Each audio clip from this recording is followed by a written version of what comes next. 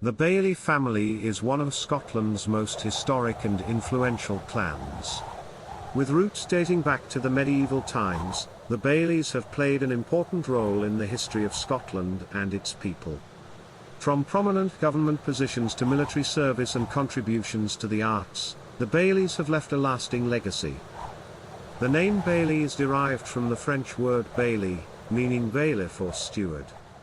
This was an important office during medieval times, and one of the earliest records of the name appears in 1311, with the mention of William de Baillie as a juror in a case concerning land in Lothian.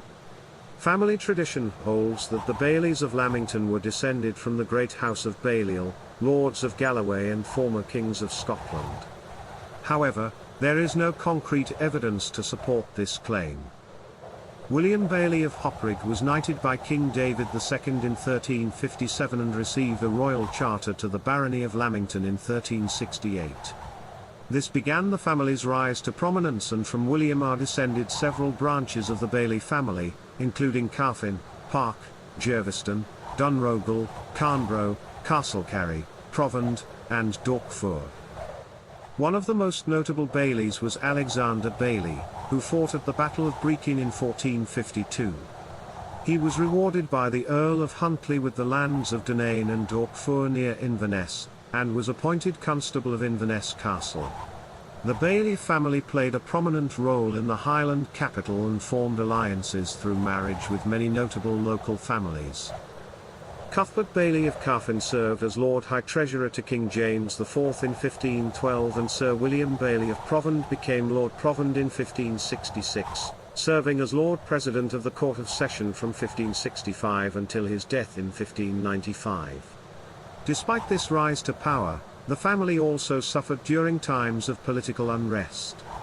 Sir William Baillie of Lamington, who married Janet Hamilton, daughter of James, Earl of Arran and Duke of Châtellerault, saw his family's fortunes decline after the Battle of Langside in 1568. General Baillie, grandson of Sir William, was defeated by the Marquis of Montrose at the battles of Alford and Killeath in 1645.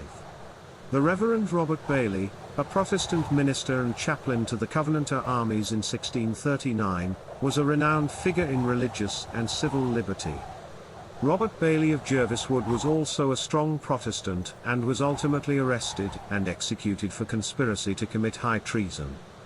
His family was forced to flee to Holland, but the estates were eventually restored after the overthrow of James VII in 1688. Lady Grizzel Baillie, the wife of George, the ill-fated Laird of Jerviswood's son, was a renowned poet and songwriter who died in 1746.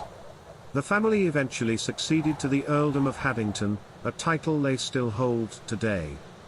In 1894, James Evan Baillie of Dorkfur married the daughter of the first Baron Burton, a prominent Victorian industrialist, and the peerage has since passed to the Baillie family.